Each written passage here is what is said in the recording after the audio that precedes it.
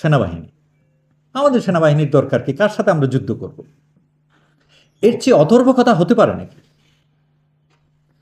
একটা সামান্য জীবজন্তুরও তো নখ থাকে, ঠোঁট থাকে, চোখ থাকে, শানিত, যাতে করে সে আত্মরক্ষা করতে পারে। এটা থাকা মানেই যে সবাইকে সে ঠোকর দিয়ে বেড়াবে তা না, কিন্তু এটা থাকবে না আর আপনি অন্য ক্যাপাসিটি বিল্ডিং করবেন তা হবে না। সুতরাং ভারতীয় আধিপত্য থেকে বেরিয়ে আসতে হলে সাংস্কৃতিক বিপর্যয় সম্পর্কে আমাদের চিন্তা করতে হবে, গবেষণা করতে হবে, এর প্রতিকারগুলো বাইর করতে হবে। আন্তর্জাতিক ক্ষেত্রে আমাদেরকে জ্ঞানী হতে হবে, শেয়ার করতে হবে। বাংলাদেশে বসে আমি রিপোর্টিং করছি, বাংলা ভাষায় লিখছি, ওয়াশিংটন পোস্ট জানেই না, নিউ ইয়র্ক টাইমস জানেই না, অ্যারাব নিউজ জানেই না, গালফ টাইমস জানেই না, তাইলে তো হবে না। আপনি জানেন কি পরিমাণ ভারতীয় সাংবাদিক এইসব যে যাদের কথা বললাম ওখানে বসে আছে? কেউ বিদেশি নাগরিকত্ব নিয়ে আর কেউ ভারতীয় নাগরিকত্ব নিয়ে। একটা জিনিস খেয়াল রাখবেন, ভারত কোনো দেশ না, ভারত দেশসমূহের একত্রিত একটা জিনিস, confederation. It is not a country. Bharat হলো ইউনিয়ন অফ ইন্ডিয়া, আমরা জানি এটা। It is not a country. Country হচ্ছে আমি, বেস মানে একটা বলের মতো, সলিড বলের মতো, আর ওরা লুজ ফিটিং, যেখানে বাড়ি দিবেন এক টুকরা দিকে এক টুকরা এদিকে সরে যাবে। They are suppose to be afraid of countries like us, যারা পাওয়ারফুল। উল্টা আমরা মনে করি না ভারত না যিনি কি, যার জন্য ওরা মেয়েরা ইন্ডিয়া ওইসব গান টান বানায়া জাতিসত্তার বিশ্বস্ততা তৈরি করতে চেষ্টা করে। এদের কোনো জাতিসত্তা নেই। ভারতীয় জাতিসত্তা কি? আমেরিকান জাতিসত্তা। আমেরিকা ইজ এ কান্ট্রি যেখানে বিভিন্ন দেশ থেকে লোকরা আসছে। আর ভারতের এক একটা স্টেটের এক এক রকম ধর্ম। Do you know that all in India are not Hindus? তাহলে সুতরাং আমাদেরকে ভারত সম্পর্কে জানতে হবে, ভারতের দুর্বলতা সম্পর্কে জানতে হবে। এই জানা মানে এই না যে আমি ঝাঁপিয়ে পড়তেছি, জানা মানে এই যে আমি প্রতিকারের জন্য কি স্টেপ নিতে হবে সেটার ব্যাপারে আমাদেরকে সচেতন হতে হবে। তাই আজকে আর কথা বাড়াবো না। আজকে আমি শুনতে চাই আমাদের মুরব্বীরা আছেন তাদের কাছ থেকে। তবে একটা কথা নিয়ে ইদানিং খুব কথা হচ্ছে, এই ইনকেলাব মঞ্চও বলে গেছে যে হায় হায়, এই ডেইলি স্টারের উপর আক্রমণ করা হলো, প্রথম আলোর উপর আক্রমণ করা হলো।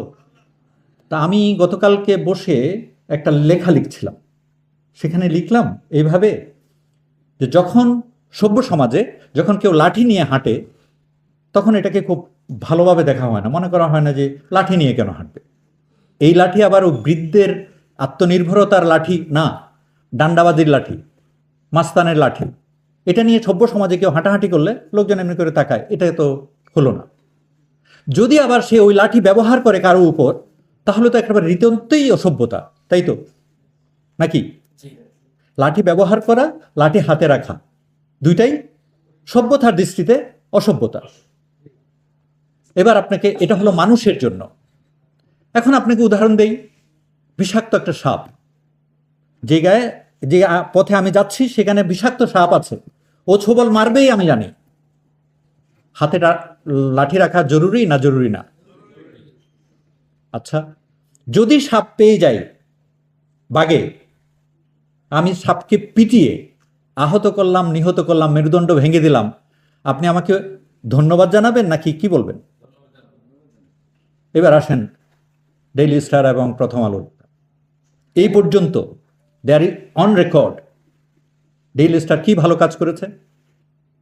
ওরা ডেইলি স্টার অ্যান্ড কি প্রথম আলো, এরা বাংলাদেশের সংখ্যাগরিষ্ঠ মানুষের যে ইসলামী মূল্যবোধ, এটার বিরুদ্ধে কাজ করাটা এটা একটা দায়িত্ব হিসেবে নিয়েছে। এরা সব সময় ভারতীয় বয়ানকে তুলে ধরেছে। ওরা সব সময় আমাদের মধ্যে জাতিগত বিভেদ তৈরি করার জন্য কাজ করেছে। ইসলামকে, ইসলামের নবীকে ক্রিটিসাইজ করেছে, অপমান করেছে।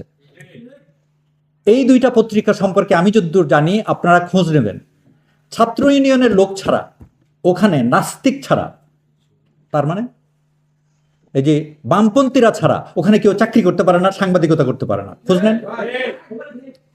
ঠিক বললে হবে না তো, আপনাকে বাইর করতে হয় আসলে ব্যাপারটা। এই স্লোগানে আমি বিশ্বাস করি না। ঠিক ঠিক বললেন হলো না, you got to find out, our people do not know. আমি একজন সাংবাদিকের লেখা পড়ছিলাম, আমি পরে অবাক হয়ে গেলাম। সে বলে যে আমি ডেইলি স্টারে বহু বছর ধরে চাকরি করি, ইদানিং আমি নামাজ পড়া শুরু করেছি, আমার চাকরিটা চলে গেছে। এই ধরনের। আচ্ছা, তারপর গত ফেসিস্ট আমলে ওদের কার্টুনিস্টরা একটা কার্টুনও খুঁজে পায় নাই কাউরে সমালোচনা করার। ও কার্টুনিস্ট শিশিরকে আর দেখেই না। অথচ এর আগে বিএনপি আমলে, এরশাদ আমলে প্রত্যেক দিন এদের চরিত্র হননের জন্য, এদের বদনাম করার জন্য, এদেরকে ধুলায় মিটিয়ে দেওয়ার জন্য ওরা কিভাবে কার্টুন ব্যবহার করেছে। কেন এই দলকানাগিরি? এই সব জিনিসের জন্য এই দেশের বিশাল একটা অংশ, আমাকে জিজ্ঞেস করবেন না আমি কোন দলে, বিশাল একটা অংশ মনে করে যে ওরা বিষাক্ত সর্পের মতো। এই দুইটা পত্রিকা কিভাবে চলে সেটা নিয়েও প্রশ্ন আছে। তাই যদি হয়, যদি বিষাক্ত সর্প হয়, এবার যদি হঠাৎ করে ভদ্র হয়ে ওঠা কোনো রাজনীতিবিদ আমাদেরকে শেখাতে যায় যে না না না, এই অভদ্রতা করা যাবে না, এটা অসভ্য সমাজের কাজ, তাহলে কি করতে হবে? কোনো সুশীল যদি আমাকে উপদেশ দিতে আসে, কি করতে হবে? যে না, তাহলে তার মানে আমি বুঝে নিচ্ছি যে আমাদেরকে দুধ কলা দিয়ে সাপ পুষতে হবে, তাই তো? ভেবে দেখেন কি করবেন। যাই হোক, একটা ইতিহাসের কথা বলি। 1921 সালে ডিসেম্বরের শেষ সপ্তাহে বিদ্রোহী কবিতা রচনা করেছিলেন কে? নামটা বলতে পারছেন না কেন? নজরুলের নাম বলবেন তো শক্ত করে বলতে হবে। নজরুল ওয়াজ এ ওয়ান্ডারফুল পারসন, যার পাশে এখন শুয়ে আছে আমাদের শরীফ আব্দুল হাদী, আরেক বিপ্লবী। তো এই বিদ্রোহী কবিতাটা প্রথম প্রকাশ হয়েছিল 6ই জানুয়ারি। সামনে 6ই জানুয়ারি এই বিদ্রোহী কবিতা দিয়ে বিদ্রোহকে আমরা স্মরণ করতে পারি না? করেন সারা দেশে বিভিন্ন প্রতিষ্ঠানে, ব্যক্তিগত ভাব থেকে শুরু করে প্রাতিষ্ঠানিকভাবে, রাষ্ট্রীয়ভাবে, যাক না ঢেউ আস্তে আস্তে সামনের দিকে। হাদির বিপ্লবের বাণীকে, হাদির যে যে যে যে প্রচেষ্টা, তার সে সুস্থ চিন্তা, সেটাকে আমরা যেন এই 6 জানুয়ারির কি বলে বিদ্রোহী কবিতার শতবর্ষ উদযাপন উপলক্ষে আমরা উদযাপন করি। আমার মনে হয় এটা ছড়িয়ে দিতে পারি আমরা পুরো দেশে।